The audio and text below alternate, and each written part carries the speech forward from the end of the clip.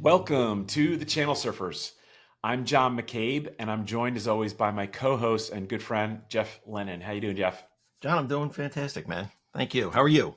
I'm doing great. I'm doing great. We have a really great guest today. Kind of a second part of a show we just did recently on the state of the job market, especially for channel executives who are out there looking now. You know, the job market is a mess. I think the jobs report came out a couple weeks ago, and it wasn't really healthy. Yep. I think there were 400,000 less jobs created in the beginning or the first half of the year. So people are out there looking and they're struggling. And our guest today is really someone that could help them. For today, I'm going to introduce our guest now, but Rick Sears is our guest. And Rick is a career readiness expert, executive transition coach, an award-winning author, and a motivational speaker who has helped countless executives and leaders just like you and me, Jeff, successfully Absolutely. career pivots. He's got deep expertise on resume strategy, which is something we both have utilized. And he is an executive coach and job market positioning consultant. Rick, we really are happy to have you on the show. So welcome. Welcome. Channel Thank Surfer. you. Glad to be here, guys. We're really glad to have you.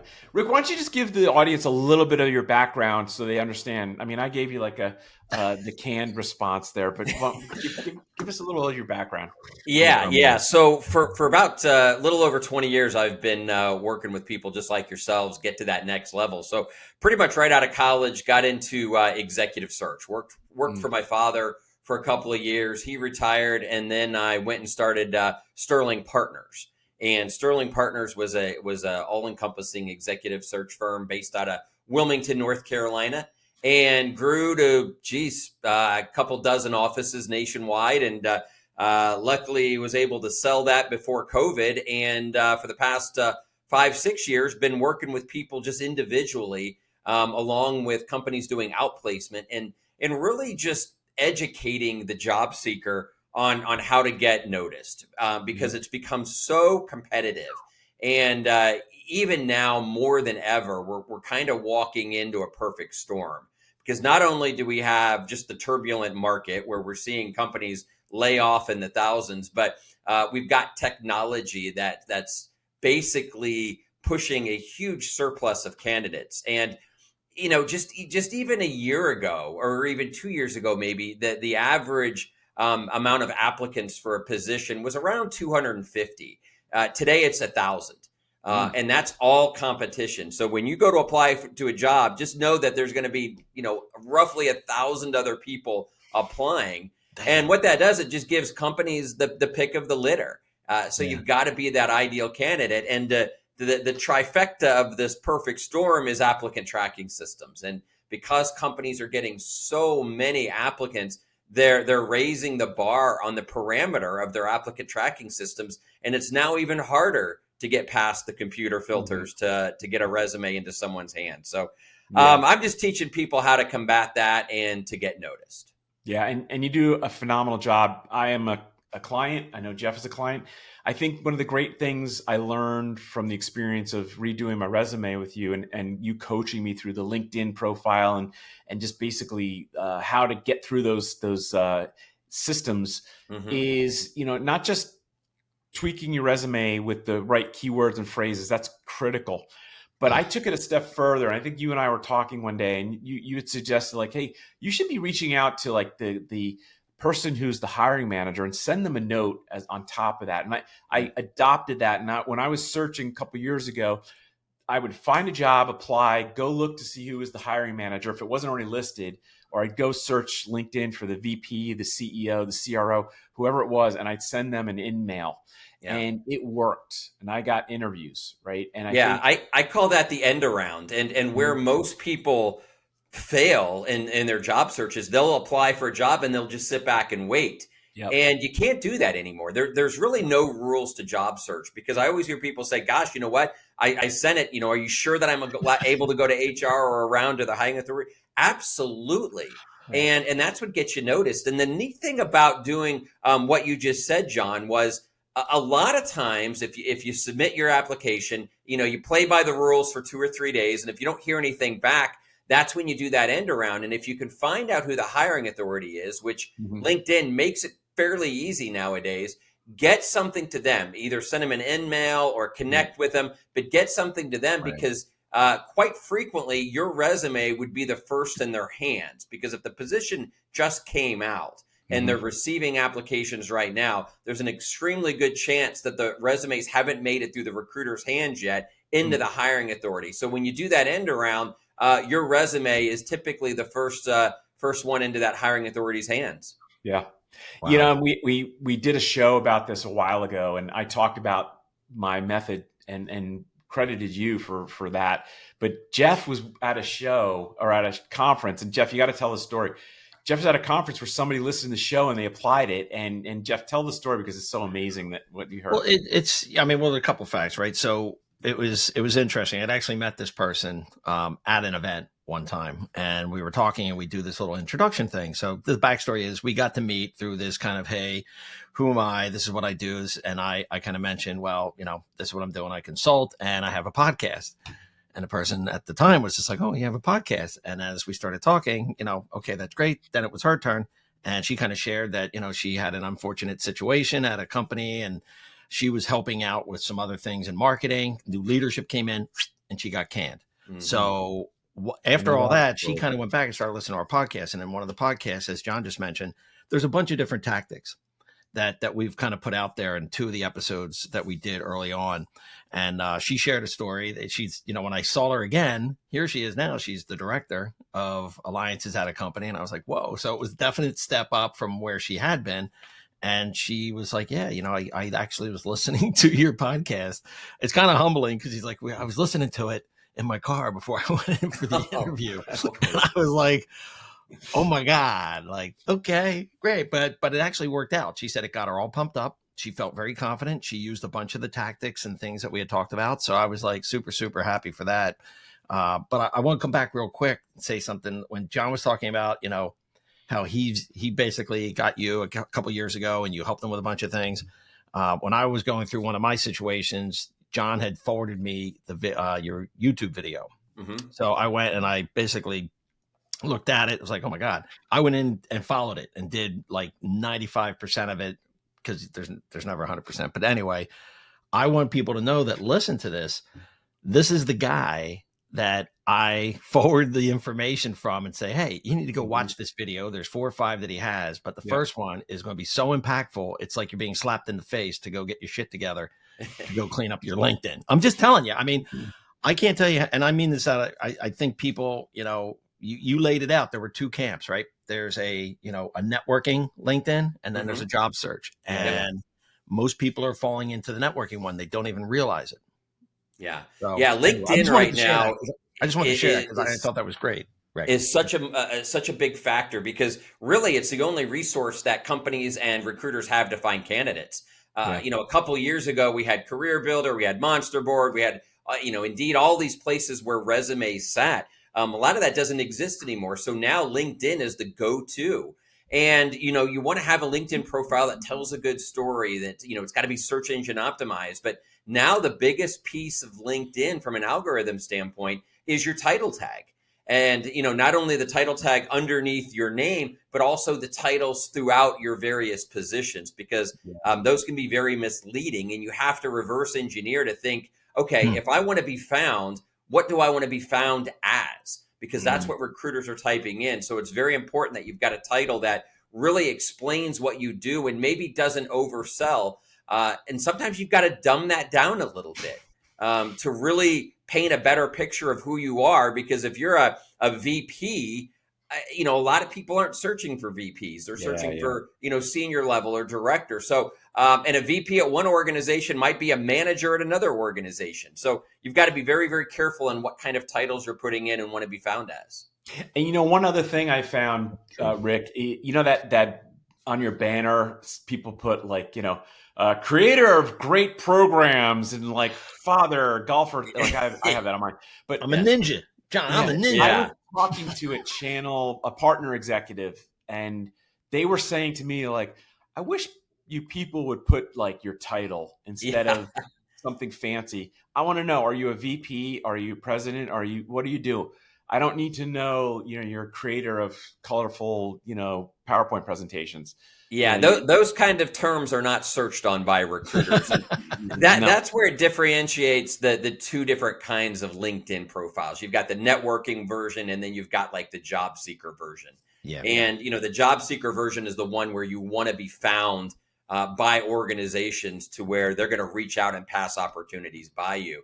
The Yep. networking version is something where you might be selling your services, or you're just there, to have a page, so when someone does a search, it can verify that you're a true human being. So there's variations of how LinkedIn profiles can be set up. Yeah. Yeah. So talking Good, John. about resumes, Mhm. you've seen, I don't know how many hundreds of thousands of resumes in your career. What are like the 2 to 3 mistakes that people make when they bring them to you? Because you're correcting them and making them, chef's kiss. Yep. Yep. Yep. What is it you see, like the 2 or 3 mistakes that people Absolutely. make? And I probably have a list of 50, but let's go with the top two or three here. One is you don't have to tell the whole story. Mm, I don't need to know that you graduated high school in 1985. All right. mm, You want to go back, and it's kind of a gray area because it's resumes are case by case. And the mm, sole purpose of a resume is to get someone to talk to you. So we want to go back as far as experience that's going to be relevant. And usually that's 2 or 3 positions, maybe 4, maybe 10, 15 years. But basically you want to avoid going back before 2000. And there's a couple of reasons for that. One, we're bumping into ageism, but really it's not ageism. It's more moneyism, because mm, a recruiter or company knows that if you're in your mid 50s, you're going to be requiring more money and things like that. So when I look at a resume, I don't want to know how old mm. you are. I shouldn't be able to know how old you are. So, and a lot of people say, well, that's lying, that's misleading. It's not. We're just not telling the whole story. So the problem is with that, if you've got companies that go back into the late 1990s or whatever, you can have them on there, but just don't put a date and put it under previous employment and keep it at that. You don't need to mm, have any kind of job description, because one thing to think of, the average age of a recruiter right now is 23 years old.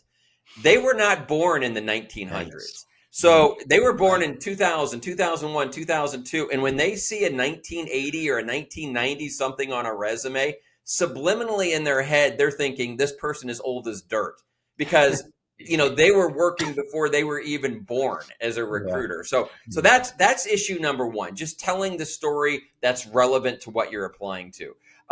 Two is the title game. And this is one of my favorites, because now that applicant tracking systems are getting more and more advanced, the algorithms of ATSs, which an ATS is basically a filter, right. what they're looking at first is, what is your current title?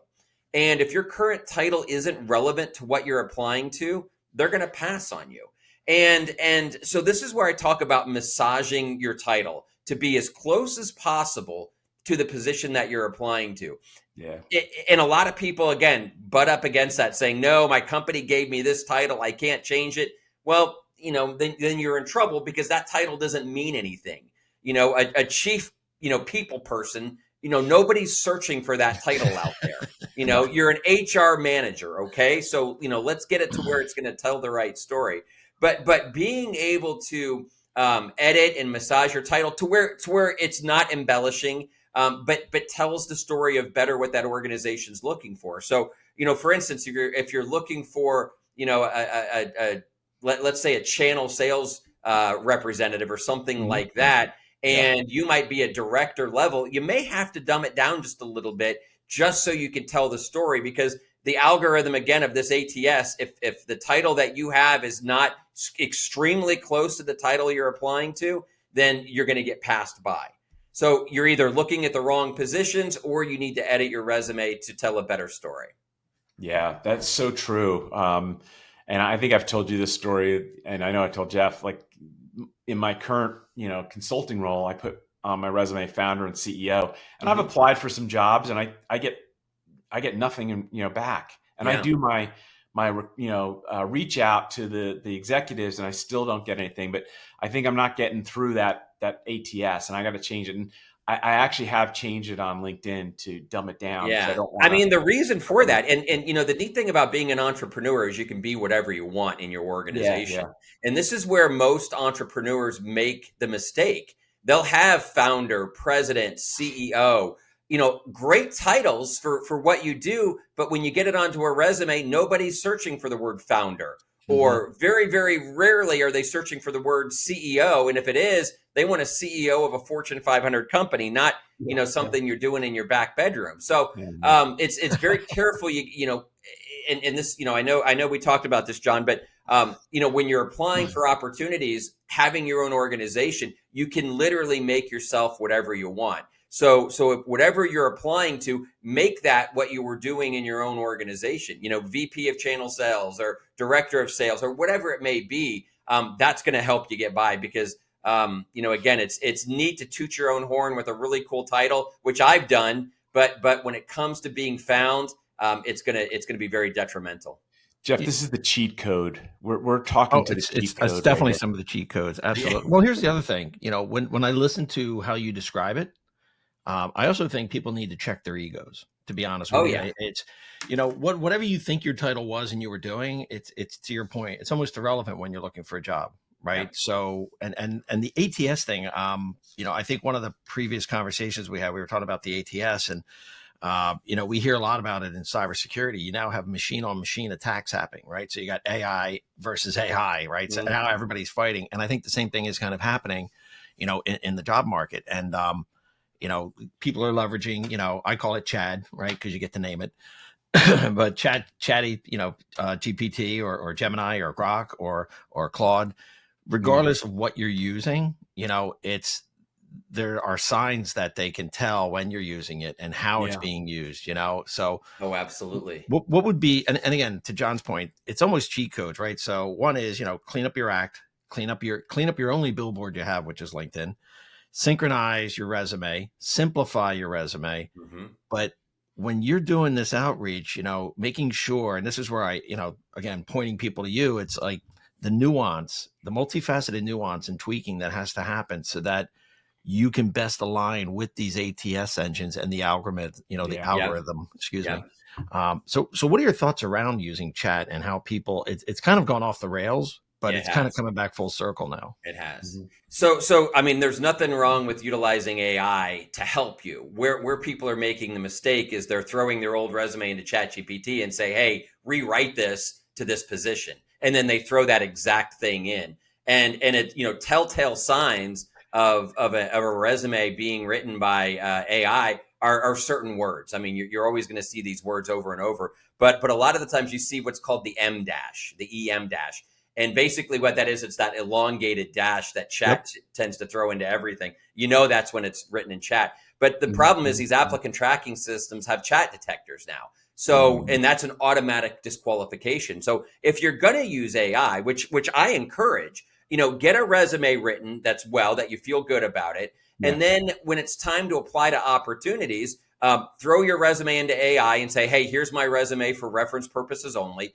Paste it in, and then put the job description in and say, "Hey, what areas of the resume do I need to update, or do I need to Mhm. edit, or do you need to rewrite to be an absolute amazing candidate for this position?" And Yeah. then read what it says, and then in your own words, kind of write that out. That's what's going to get you ahead. And nowadays that's difficult to do for every single position you're applying for. So what I typically have my candidates do is their priority roles, the roles they really, really want, kind of take that angle, but then use AI to help you write a resume around a generic title. Yeah. Let's say you're going out and you find, let's say you're an HR manager and you're finding like HR generalist positions and a whole bunch by that title. Create a resume that you're able to use for that title, and you can apply to many opportunities that way versus having to tailor it for every single one. Yeah. That's Yeah, great that can advice. get crazy. Yeah, it does. It That gets becomes a crazy long very tail. quickly. Yeah. Yeah. Yeah. So you kind of threw a tip out there around Hmm. using AI and taking pieces of it, so to speak, right? Again, and it's not, I I'm sure a lot of people have done that, right? Where they just threw it out there. Hey, Yeah. chat did it. Bring it back, and then they can't understand why it's not the same thing, right? Like John said, all of a sudden you're not getting any hits. So I think Yeah. that's a great idea to kind of break it down. What would be some other things that might be helpful to somebody? Because here's the thing: you've got across the whole spectrum of channel, right? For everything from, your typical inside channel partner managers all the way up through your global Mm-hmm. alliance leads and global VPs. Mm-hmm. There's going to be different needs and challenges. What are some 2 or 3 things that you might recommend somebody to say, hey, go take a look at these 2 or 3 things and then we'll talk? Because I know, like, for example, when we had the conversation, you brought up a couple of things for me, so I just wanted you to kind of share from your perspective. But I went back and looked. I was like, wow, I Yeah. didn't look at it that way. I didn't look at it that way, which is great because your experience and another set of eyes is Yeah. amazing. Yeah. Yeah. So one is, what are these positions called nowadays? Are you even searching properly is kind of the key. If you think about it, what people are going after, there could be a dozen titles that position could be called. So go out and research and see what's prevalent on the web. See how many times you're seeing XYZ title versus, just the XY title, and then implement that into your resume search, and then update your LinkedIn based upon that. So, that's a big key, because how you search nowadays it can be very discouraging, because if you're not finding the opportunities to even apply for, it gets to be a miserable process. Yeah. Right now, the U.S. average is you've got to apply to 97 positions to get an interview. Wow. And it never used to be like that. And Yeah. what's causing that is just the surplus of candidates and the applicant tracking systems. Only about 3% of resumes are making it through the applicant tracking systems. And those are the ones that are written around the opportunities. And then once that makes it through the ATS, then sometimes those people go back and look at your LinkedIn profile. And if your LinkedIn profile is a circus, that tells them right there that, not probably the right candidate. So, Yeah. just having everything buttoned up and nice and tight is going to be a key, because the competition is the highest it's ever been, and it's only going to get worse. Let- And the reason being is it's just so easy to apply to jobs nowadays. 2 years ago, it used to take half an hour to go through a job application online, sometimes even an hour. Now you can knock them out in about a minute with the easy apply on LinkedIn. And even if I they're love not that. easy apply, you could still have something out in about 3 minutes. Yeah. Yeah. So that's why the numbers are so high. So 2 things, Rick. What about the Casper roles, the ones that are, that don't really exist, and Mm-hmm. companies might be harvesting resumes for later, Yeah. time. Yeah. And I used to do that as a recruiter. My big niche was automotive engineering. So I was always looking for process engineers, mechanical engineers, electrical engineers. And if I didn't have a bunch of positions, I would put fake positions out, just so those resumes would come in and I could have in my database. Companies do the same thing. And I hear numbers as high as 50% of jobs are either fake or scams or whatever it may be. Especially the scams are really prevalent nowadays, because it's really easy to Wow. kind of pick on and take advantage of people who are desperate. And they're putting in their social security numbers and addresses and all of this stuff. But a lot of companies, even to this day, are still putting up fake positions, because it could be a position that has a lot of turnover, so they're always looking for the right people, or they know, hey, within a year, we know so and so is going to get promoted, so let's start padding our database with candidates. How you can tell the difference of those is very, very difficult. One telltale sign is if you see a position online on LinkedIn or Indeed or wherever, and you're doubting if it's true, go to the company's website and see if it's in the career section. And if I it's do that. there in the career section, it's most likely a viable opportunity.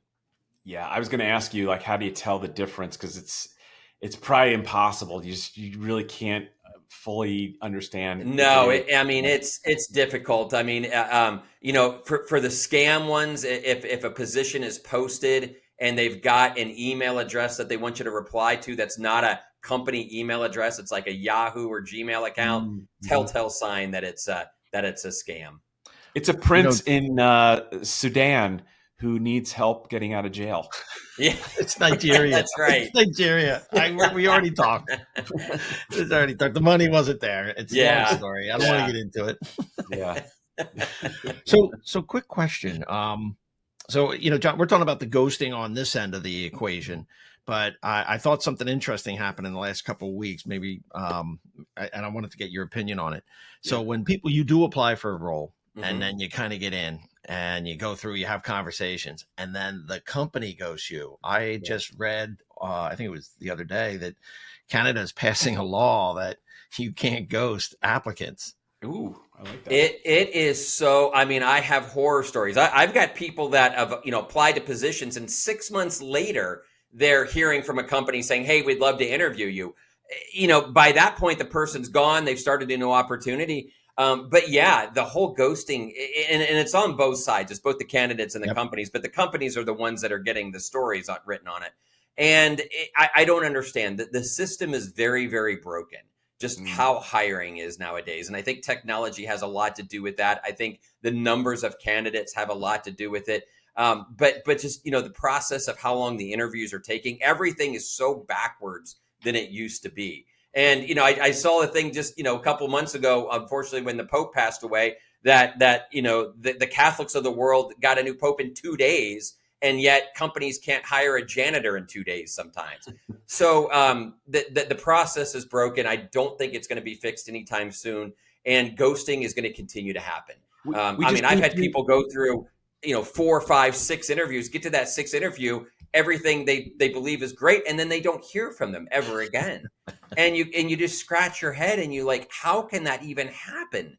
That I've spent so much time and so much effort preparing and having panel interviews and talking, and then all of a sudden just ghost. And that was part of me. I mean, that's things that happened, when I was a recruiter, and I would talk to people and and set things up, and I had 20 people interviewing, and it's very difficult to get back to everybody. But that was 15 years ago. Nowadays, we've got automated systems that it should just kind of automatically happen, and it's not happening. So it's horrible, and I don't know why that happens, because a lot of companies build hopes for a lot of these people that are interviewing, and then they just drop them like a sack of potatoes. Maybe we need to revert to medieval ways of doing things, and it It will speed worked. things up. Maybe, I don't know. It worked back then. Yeah. Yeah, And that when you is say great. when you say medieval, are you talking like the 90s? Yeah. How far back?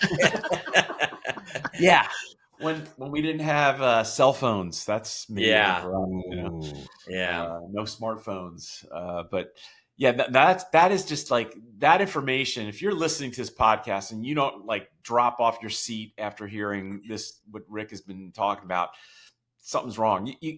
We're helping you fine tune the way you search for a job and get in front of interviewers.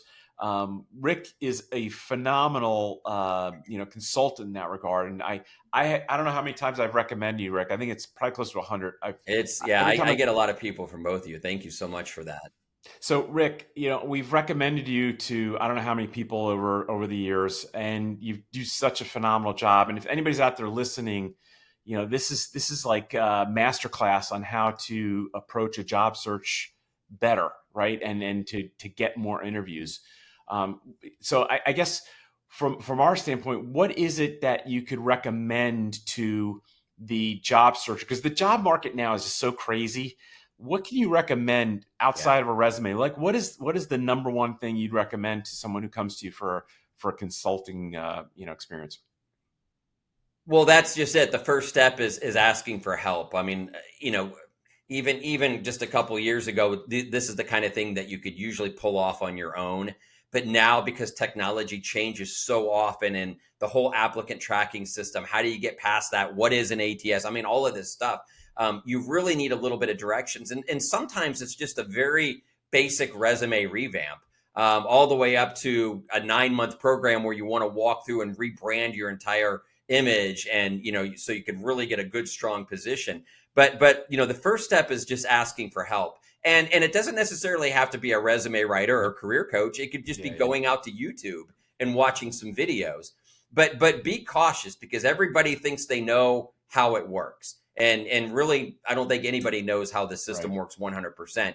But you've got people that say and claim they know how the ATSs work, and they're going to write resumes that are applicant tracking system compliant, which actually is impossible unless you know the position that you're going after. But just be cautious and find somebody that you can trust. Find somebody that you know who's used and got good results from. And then that makes a big difference. But sometimes it's just a little push. Sometimes it's a complete revamp, and you need to go through a program that's really going to get you on the right track. That's great advice. And you also will consult on, career transitions. So somebody's trying to get from like one level to the next.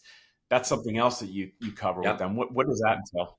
Yeah, so that's kind of a little bit newer for me, the executive transition program, where if you're kind of at a manager level and up, if you're really looking to make a change, not only for this next position, but positions moving forward, you've got to build a brand. And now is the best time to do that because we've got the platforms to do it, like LinkedIn and your own page and so on. But nowadays with social media and some of these other platforms, it's very easy to start promoting yourself. Because the more you promote yourself, the more you're engaged, especially like on platforms like LinkedIn, the easier it is for people going to be able to find you when it's time for them to find that ideal candidate. And if you're out there promoting yourself, writing posts, being active, you're going to go up higher in the algorithm, which means you're going to be found easier. Yeah.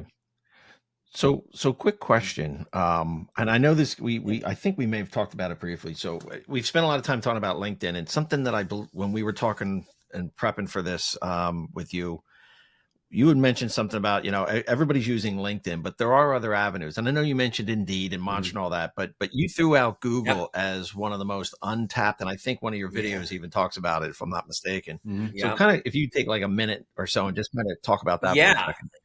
So LinkedIn is kind of the go-to to find jobs. The only problem is it's a very, very small percentage of the jobs that are posted online because companies have to pay to have their positions on LinkedIn, right?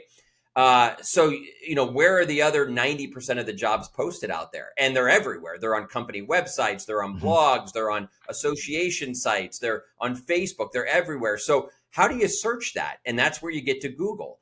And I do have a video, and I'm updating those videos this week. But Google is actually the largest job search engine out there because Google searches the entire web. Whereas when you search on LinkedIn, it only searches jobs that companies put on LinkedIn and paid for. So being able to master how Google works and finds positions, you'll find so many more opportunities. And the neat thing is you're finding jobs that people aren't applying to in droves. Because the LinkedIn positions, that's where everybody's going to. That's where you see, the 1,000 applicants and so on.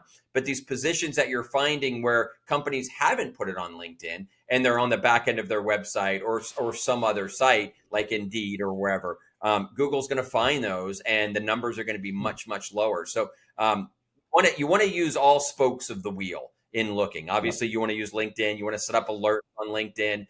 To where you don't have to go and search every day. You're just getting an email when you have an alert in place that's telling you these new positions are out and you can just click through your email. Same with Google. You can set up alerts as well. So you don't have to physically go in and search. And I think finding it. Sorry, I was saying critical also, and I'll let you take it from there, Jeff, but critical is the follow-up that you don't just sit and wait, right? Like you said earlier, just you gotta go out there and go after it. Yeah, absolutely. You do. You've got, especially if you're unemployed, then, looking for a job is. I was just going to say that. That's what I was going to say. So you stole it. You really need to push it. And it is a numbers game. I just got off the phone with someone earlier today. They're like, God, I'm really, really struggling. And I'm like, well, how many jobs are you applying to on a weekly basis? Oh my God. Oh, like 4. 4?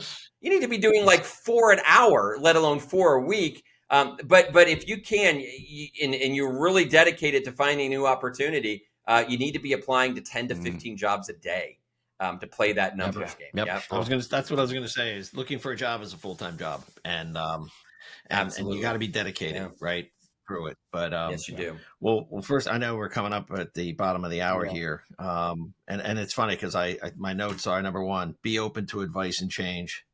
Keep your title, keep it simple, your title, everything. Make sure that your LinkedIn and your resume are synced, right? And get rid of extraneous things. And my saying, you said spokes earlier. I mean, mine is pull out all the stops. There's no, you said it, there's no there's no rules, there's no guardrail. Better to go and try something and have it not work than to not have tried and never know. Yeah, exactly. I mean, you've got to keep going till you get your yes. Give me a no so I can go find my yes. That's what I tell in everybody. sales. I was always like, listen, let me know if it's a no. At least I can move on with my work, But if it's a yes, let's talk. But if it's a no, I'm okay with that, right? Yeah. Give me an answer. But take every stop. Find out who it is. Network. I mean, do whatever you can, and it's gonna pay dividends once it starts. I always say, find your no, the NO or the KNOW. Find it. Which one is it? You either got to know or you know. Yeah. Anyway. Yeah. So Rick, we're really happy that you joined us. You've been a great guest. Again, listeners, this is a masterclass on how to search the right way and to find jobs. And if Rick, I'd love for you to give a quick how to get in contact with you, kind of commercial, so everybody can come to you and we could give you more references. Yeah, I really appreciate that. So my website is www.eaglegray.com, and that's GREY. And anybody who comes to me and mentions this podcast, I'll give them 10% off all the services. And I'll get you guys some links. And don't feel that your position is too low, or you make not enough money to justify having a resume writer. I'm happy to do a free consultation and talk to somebody to see what makes sense. I've got all different kind of levels of programs, from literally a janitor to a CEO. So you can talk that out. And I've helped McDonald's workers get to the next level. So I'm happy to talk to anybody. And sometimes, like I said, it can be very, very minimal to get something in the right direction, or it can be a complete rebrand and a 9-month to year program with me to really get you to that next level. So don't hesitate to reach out. Phenomenal work. Again, I can't say it enough. Thank you. What you've done for my resume, and I know Jeff as well. It's amazing. Well, Rick, thank you again. And we're definitely going to have you back. I think we want to do some sort of maybe a panel discussion with you and maybe a hiring manager and a job seeker or something like that kind of brings all the worlds together to talk about, what it takes. We are champions of, the people that are out there looking for jobs and struggling, because we've been there ourselves. And I think that's really why we created this podcast, to help people like us do their jobs better, find a job, or just get better at what they're trying to do. Right.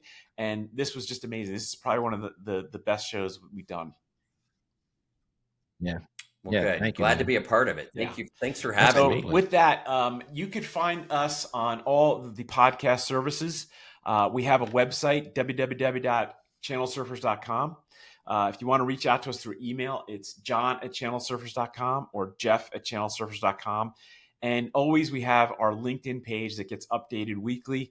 And Jeff does an amazing job with that. He's our social media guru. But you could find us on LinkedIn as well. It's fun. Yeah. It's fun. So with that, until our next show, thank you all for joining. Rick, thank you for being a guest. Before we drop, John, just one quick teaser. I want to start dropping some teasers at the end here. Sorry, I kind of threw this at you. It's a curveball. We're still playing baseball, so curveballs are allowed. Just want to throw it out there. Our next podcast is going to be about the ecosystem, and we're going to talk about the 5 partner categories and how that's driving the change in the channel. So be sure to tune in for that. Yep.